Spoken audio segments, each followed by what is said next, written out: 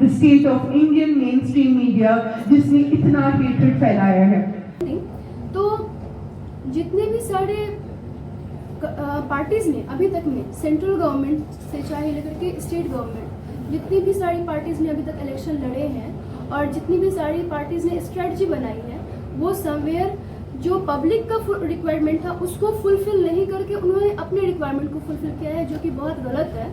And इस बार जो SPI party आ रही है वो पब्लिक को इंटरेक्ट करने के लिए आ रही है, पब्लिक के प्रॉब्लम्स को सॉर्ट आउट करने के लिए आ रही है, और हम लोग ग्रास रूट लेवल पे और इंटरनेशनल लेवल तक इस चीज़ को कंटिन्यू रखेंगे। मैम, आप युवा हैं इसीलिए आपसे सवाल पूछ रहे हैं कि इस बार के चुनाव में आपकी पार्टी जो है कितने % युवा और कितने % महिला का जो है उम्मीदवार बना?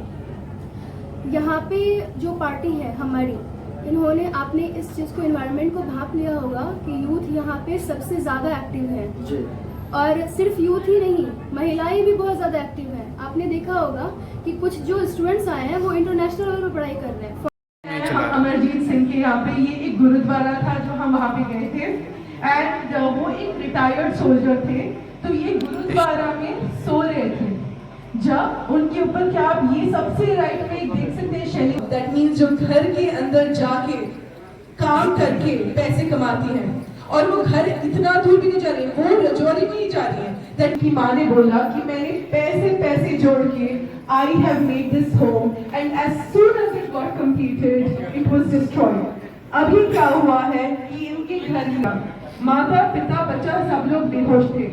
जब बाप बेहोशी से बाहर निकला, फिर उसने देखा कि उसकी वाइफ इंजर्ड है, because of incompetence and lack of information. तो भुखमरी का सवाल किशन पटनायक, सोशलिस्ट पार्टी के सबसे कम उम्र के सांसद उस समय उड़ीसा से, उन्होंने उठाया। डॉक्टर लोहिया ने कहा कि अमीर गरीब के बीच में 10 गुना से ज़्यादा का अंतर नहीं होना चाहिए। डॉक्टर लोहिया ने कहा कि दाम बांधो की नीति होनी चाहिए। आप देखिए इस समय कोका कोला और पेप्सी की पानी की बोतल 20 रुपए की बिक रही है। हम अपने किसान को, वो आंदोलन कर रहा है कि हमको हमारे लागत मूल्य का 1.5 गुना न्यूनतम समर्थन मूल्य के रूप में कानूनी गारंटी की तरह दिया जाए, लेकिन हम अपने किसान को उसके लागत मूल्य का 1.5 गुना देने को तैयार नहीं है, और पेप्सी कोला को 10-20 गुना मुनाफा कमा के इस देश से ले जाने की हमने छूट दी है। तो डॉक्टर लोहिया ने कहा था कि हर एक चीज का दाम सरकार बांधे, तय करे कि कितना दाम होना चाहिए। तो इस तरह के मूल मुद्दों को उठाने वाली ये पार्टी है, और अभी भी हम लोग उन्हीं मुद्दों को उठा रहे हैं। अभी हाल में ही पिछले महीने कर्पूरी ग्राम से, जो कर्पूरी ठाकुर जी का गांव है, आपको मालूम है कि कर्पूरी ठाकुर जी सोशलिस्ट पार्टी से पहली बार बिहार के मुख्यमंत्री बने थे, और उन्होंने शिक्षा के क्षेत्र में अंग्रेजी की जो अनिवार्यता थी मैट्रिक स्तर पे, उसको समाप्त किया था, जिसकी वजह से बिहार के बहुत सारे वंचित तबकों के बच्चे, ग्रामीण इलाकों के बच्चे उच्च शिक्षा के लिए महाविद्यालय और विश्वविद्यालयों में पहुंचे थे। तो कर्पूरी ठाकुर के गांव से और पटना तक की 6 से 10 जुलाई की पदयात्रा हुई, जिसमें हमने मुद्दा उठाया है समान शिक्षा प्रणाली का। बिहार में समान शिक्षा प्रणाली को लागू किया जाए, ये सोशलिस्ट पार्टी की पहली मांग है इस चुनाव में। मुचकुंद दुबे आयोग नीतीश कुमार ने बनाया था 2007 में, उसकी सिफारिश है कि समान शिक्षा प्रणाली लागू की जाए, लेकिन नीतीश कुमार ने जिस तरह से शराबबंदी को लागू किया उस तरह से उसको लागू नहीं किया। हमारी मांग है कि उसको लागू किया जाए और हम उस मुद्दे को लेकर विधानसभा चुनाव में उतरें। इस बार के चुनाव में क्या लगता है सर, अकेले चुनाव लड़ेंगे या किसी दल से गठबंधन करेंगे? देखिए, लोकसभा चुनाव के पहले हम लोग इंडिया गठबंधन में शामिल होना चाहते थे। हमने औपचारिक आवेदन दिया था और हमने एक तरफा उनका समर्थन भी किया। हमारी पार्टी का इतना जनाधार नहीं है कि हम उनसे कोई सीट मांग सकते थे, तो हमने एक तरफा समर्थन किया था, लेकिन हम इंडिया गठबंधन में औपचारिक रूप से शामिल नहीं हैं।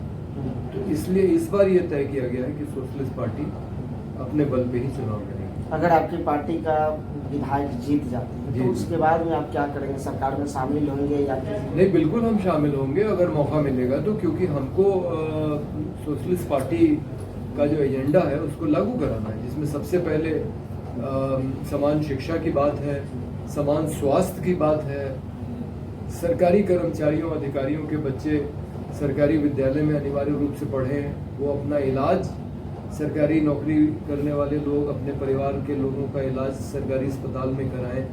सर जैसे कि आपने कहा कि 2011 में हमारी पार्टी का जो है फिर से जो है एक्टिव होना शुरू हो गया, तो उसके बाद में तो 15 और 20 के चुनाव थे। जी जी। तो उसमें कहाँ थे? नहीं, हम लोग लड़े थे। हमारी पार्टी तब बहुत छोटी थी। पिछले चुनाव में बीहपुर भागलपुर से गौतम कुमार प्रीतम चुनाव लड़े थे जी। इस समय वो राजद में है, और उसके पहले तो हमारे 5 या 6 उम्मीदवार थे और मैं सभी चुनाव क्षेत्रों में गया था। उस समय हमारी पार्टी बहुत ही छोटी थी, लेकिन अब हमारी पार्टी थोड़ी सी मजबूत हुई है, इसलिए हम पटना में प्रेस वार्ता भी कर पा रहे हैं। उस समय तो हमारी वो भी हैसियत नहीं थी। तो हम लोग का ये बिहार का तीसरा विधानसभा चुनाव है पार्टी के जिंदा होने के बाद। जय श्री राम। पार्टी के जिंदा होने के बाद जी। आप कुछ मैं काइंड ऑफ स्टूडेंट रिप्रेजेंटेटिव बन के यहाँ पे हूँ। हमेशा से जो पॉलिटिकल इश्यूज रहे हैं स्टेट लेवल पे या फिर नेशनल लेवल पे या फिर इंटरनेशनल लेवल पे, और आपने भी देखा होगा कि यहाँ पे जो एक सम्मेलन में हर स्टेट से ऑलमोस्ट रिप्रेजेंटेटिव आए हुए हैं। उन्होंने हर स्टेट का अपना अपना एक रखा है कि उन्होंने क्या चीज़ें फेस की हैं, और ऐसी चीज़ें नहीं है कि आफ्टर फ्रीडम इन सब चीज़ों को डिक्लेयर नहीं किया गया था कि वर्कआउट करेंगे, but still 65 more than 65 years कुछ हुआ नहीं है, ठीक है। एंड दूसरी बात है कि इसका हमारे स्टेट और कंट्री के डेवलपमेंट पे इतना ज़्यादा असर पड़ा है कि समवेयर स्टूडेंट्स को, कम्युनिटी को, वुमेन को, मेन को भी, इट्स नॉट लाइक कि हाँ हम ये आदमियों को छोड़ रहे हैं, उन्हें भी बहुत सफ़र करना पड़ रहा है समवेयर कि कहीं टैक्स को लेकर के इश्यूज़ आ रहे हैं, कहीं महंगाई को लेकर इश्यूज़ आ रहे हैं, कहीं आरक्षण को लेकर इश्यूज़ आ रहे हैं। वो डेवलपमेंट पर्टिकुलर चीज़ों का नहीं हो पाता है, and that is very disappoint. सरकार की यह जिम्मेदारी होनी चाहिए कि कोई भी बच्चा हो, किसी भी आर्थिक बैकग्राउंड के परिवार का बच्चा हो, उसकी पढ़ाई की जिम्मेदारी कम से कम गुणवत्तापूर्ण निःशुल्क शिक्षा की व्यवस्था सरकार के स्तर पर की जानी चाहिए। अगर यह नहीं हो पाता है तो तकलीफ यह होती है कि जिनके पास ज़्यादा पैसे हैं वे ज़्यादा अच्छे कॉलेजों में, ज़्यादा अच्छे स्कूल में पढ़ पाते हैं, और जिनके पास कम पैसे हैं वे कम अच्छे स्कूल में, कम गुणवत्तापूर्ण जहाँ शिक्षा मिल रही है वहाँ पढ़ पाते हैं मजबूरी में। तो ऐसे में यह एक जो शिक्षा का गैप है रह जाता है।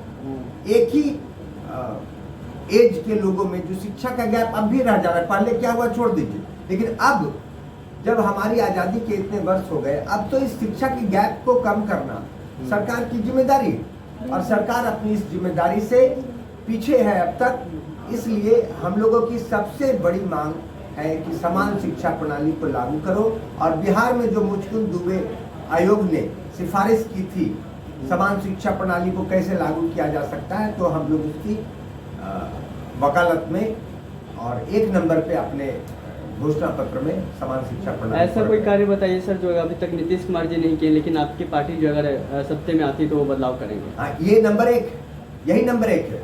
असली बात यह है कि 2007 में नीतीश जी के ही नेतृत्व में, हम इसके लिए उनका धन्यवाद देते हैं कि कुछ तो कदम बढ़े, उन्होंने ही मुचकुंद दुबे आयोग का गठन किया था